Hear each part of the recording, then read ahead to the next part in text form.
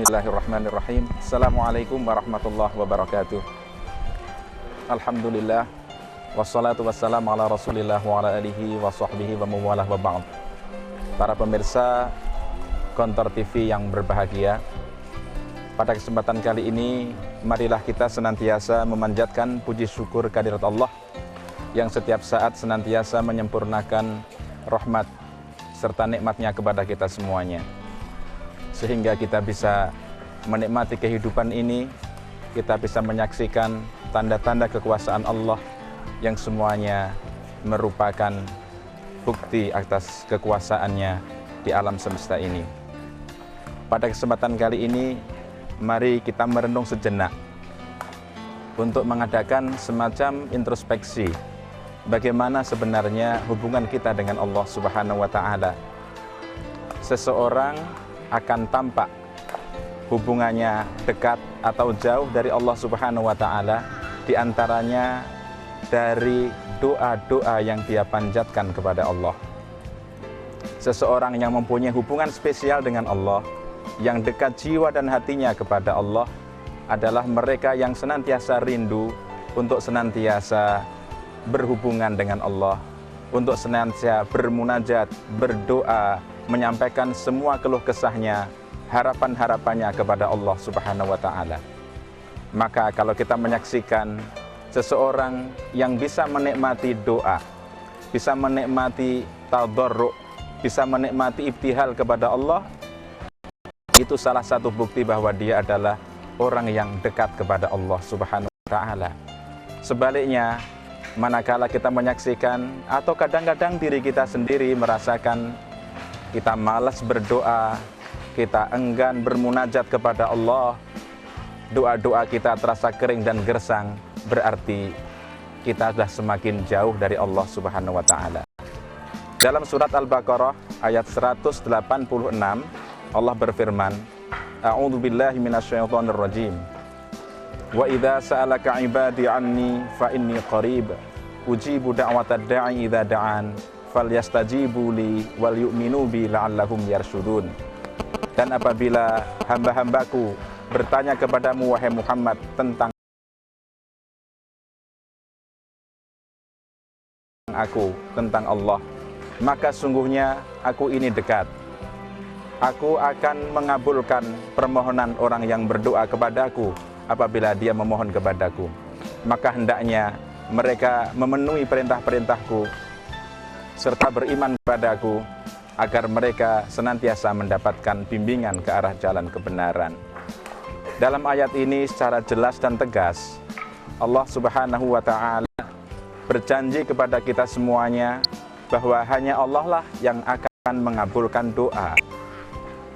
Karena itu, marilah kita semuanya jangan sampai berdoa kecuali hanya kepada Allah. Sekaligus dalam ayat ini juga dijelaskan bahwa kalau kita bersungguh-sungguh berdoa kepada Allah, maka Allah akan mengabulkan doa dan harapan yang kita panjatkan kepadanya. Tentu saja ada beberapa hal untuk doa kita agar dikabulkan oleh Allah. Ada kalanya kita sudah sering berdoa, tapi doa kita belum juga mendapatkan jawaban dari Allah, belum juga dikabulkan oleh Allah. Ada beberapa hal yang perlu kita evaluasi. Mari kita melihat dalam ayat ini. Yang pertama, seorang ketika berdoa kepada Allah, hendaknya dia meningkatkan kualitas ubudiyahnya. Sehingga ayatnya berbunyi, wa idza sa'alaka ibadi anni fa inni qarib. Kalimat yang disebut dalam ayat ini adalah ibadi, yakni hamba-hambaku. Yang berarti seseorang apabila ingin dikabulkan doanya, maka dia harus meningkatkan kualitas ubudiyahnya kepada Allah, penghambaannya yang total kepada Allah Subhanahu wa Ta'ala, ketundukannya yang tulus ikhlas kepada Allah. Semakin dia dekat kepada Allah, semakin dia menghambakan diri kepada Allah, semakin dia ikhlas beribadah, maka semakin dekatlah kedudukannya, dan berarti semakin banyaklah kansnya untuk diterima doanya di sisi Allah Subhanahu wa Ta'ala. Yang kedua, kita juga melihat bahwa untuk dikabulkannya doa seseorang seharusnya menguatkan silah atau hubungannya dengan Allah. Kalau hubungan atau silah kita dengan Allah itu kuat, channelnya itu kuat, maka insya Allah apa yang kita harapkan akan mudah dikabulkan oleh Allah. Permasalahannya, kadang kita justru yang melemahkan sinyal kita kepada Allah, kita yang memutuskan hubungan kita dengan Allah, kita yang menjauhkan diri kita dari Allah melalui berbagai macam dosa dan kemaksiatan. Saudaraku yang berbahagia, sesungguhnya meninggalkan kewajiban atau melakukan dosa dan kemaksiatan itu justru bukan hanya membuat kita jauh dari Allah, tapi juga diantara sebab-sebab ditolaknya doa kita oleh Allah Subhanahu wa Ta'ala.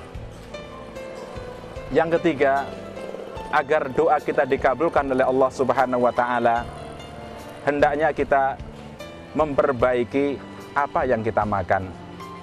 Ketika Mu'ad bin Jabal datang kepada Nabi kita yang mulia Nabi Muhammad SAW, kemudian bertanya bagaimana syaratnya agar doanya dikabulkan oleh Allah, maka Nabi yang mulia bersabda, "Ya Mu'ad, atib mat'amaka takun mustajabad da'wah." Wahai Mu'ad, perbaikilah makananmu, maka niscaya kamu akan menjadi orang yang dikabulkan doanya. Kadang-kadang kita kurang hati-hati dari apa yang kita makan. Apa yang kita makan akan menjadi darah, akan menjadi energi, akan menjadi tulang, akan menjadi bagian-bagian yang integral dari badan kita. Kalau yang kita makan itu adalah hal-hal yang haram, tentu saja juga akan berubah menjadi energi yang negatif, menjadi anggota badan yang cenderung melakukan hal-hal kemaksiatan dan dosa kepada Allah. Karena itu, mari kita perbaiki apa yang kita makan. Jangan sampai kita memakan kecuali yang baik dan halal. Ya ayyuhan nas kulu mimma fil ardi halalan thayyibah. Wahai manusia, makanlah apa yang di muka bumi ini dari halal yang dihalalkan oleh Allah, sekaligus yang baik-baik. Jangan sembarang kita memakan, karena makanan yang haram juga menjadi penyebab doa kita terhalang oleh Allah Subhanahu wa Ta'ala. Ya.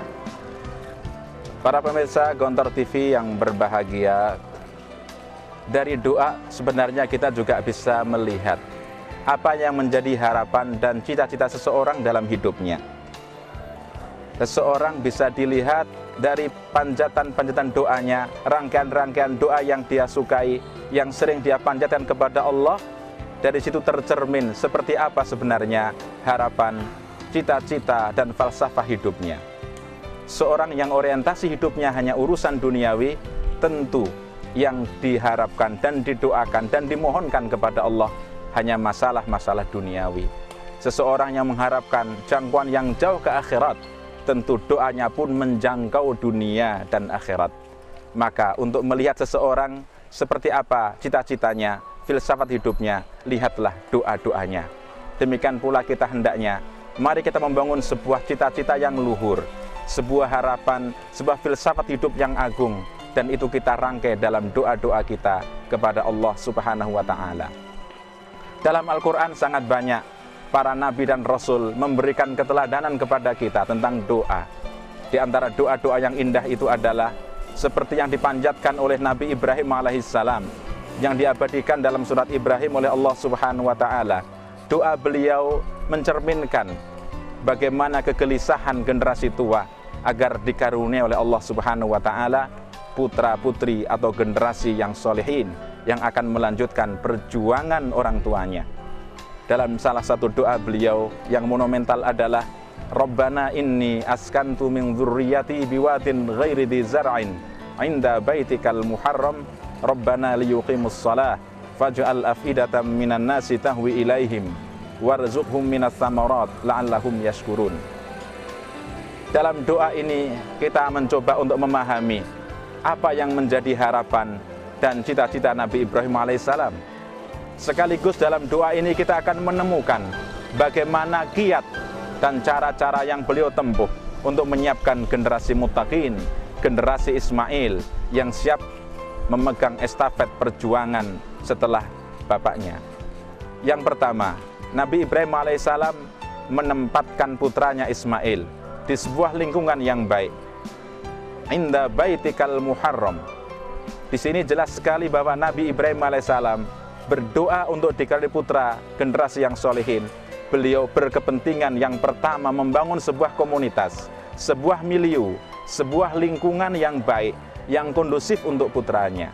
Karena dari lingkungan yang baik itulah akan tumbuh, akan bangkit, akan terbentuk kepribadian dan mentalitas bagi anak-anak kita yang serba baik. Banyak anak-anak kita yang lebih dipengaruhi oleh lingkungannya. Kadang-kadang pengaruh pergaulan dan temannya itu lebih kuat daripada pengaruh nasihat guru dan orang tuanya. Di sini pentingnya, maka Al-Quran seperti Nabi Ibrahim di sini menggambarkan yang pertama dalam mendidik generasi kita, yang tercermin lewat doa-doa beliau adalah menyiapkan sebuah lingkungan, sebuah milieu yang baik. Maka putranya Ismail dibawa inda baitikal muharram, di sisi rumahmu yang suci ya Allah. Karena itu maka kita berkepentingan membangun sebuah lingkungan yang kondusif di rumah kita, di masjid kita, tempat pergaulan anak-anak kita, di sekolah-sekolah yang betul-betul baik untuk putra-putri kita. Kemudian yang kedua, Rabbana liyuqimus shalah. Dalam doa ini jelas sekali bahwa kiat yang kedua mendidik generasi adalah dengan salat.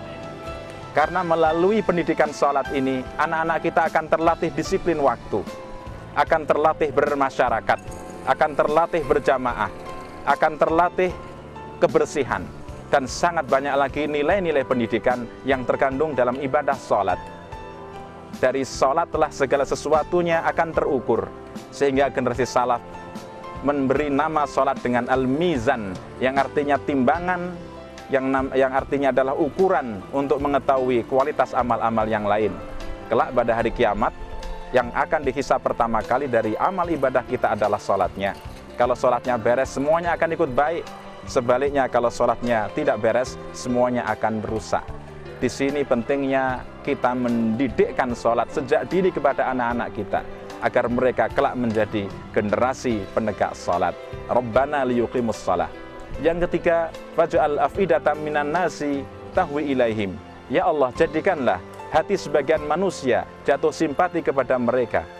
Artinya, dalam doa ini tercermin bagaimana Nabi Ibrahim alaihissalam membekali dan melengkapi untuk putranya Ismail sebuah sikap akhlak, bermuamalah, bersopan santun kepada masyarakatnya, sehingga Nabi Ismail mendapatkan simpati, mendapatkan dukungan dan kecintaan dari masyarakatnya. Jangan sampai anak-anak kita hidup menyendiri, tidak mengenal umat dan masyarakatnya, tidak mengerti akhlak dan sopan santun, sehingga tidak mendapatkan simpati dari umat dan masyarakatnya. Dan yang tidak kalah pentingnya adalah warzuqhum minas samarat la'allahum yashkurun, dan karuniakan kepada mereka rezeki berupa buah-buahan agar mereka menjadi orang-orang yang bersyukur. Di sini artinya agar orang tua mendidik anaknya dengan perangkat ilmu yang baik, dengan life skill, kemampuan dan kecakapan untuk hidup, untuk mencari rezeki, untuk mencari karunia Allah yang semuanya tersebar di alam semesta ini. Lewat doa kita bisa melihat bagaimana cita-cita Nabi Ibrahim. Lewat doa kita juga bisa melihat bagaimana kiat-kiat beliau dalam mendidik putranya, sehingga lahirlah generasi-generasi Ismail. Mudah-mudahan kita semakin mencintai doa, kita semakin dekat dengan doa, karena itulah cermin sebenarnya ukuran kedekatan kita kepada Allah Subhanahu wa Ta'ala. Mari kita merangkai, mari kita membuat doa-doa yang merupakan cermin dari filsafat hidup dan cita-cita kita kelak di masyarakat. Mudah-mudahan seluruh doa kita dikabulkan oleh Allah Subhanahu wa Ta'ala. Aqulu qouli hadza, wassalamualaikum warahmatullahi wabarakatuh.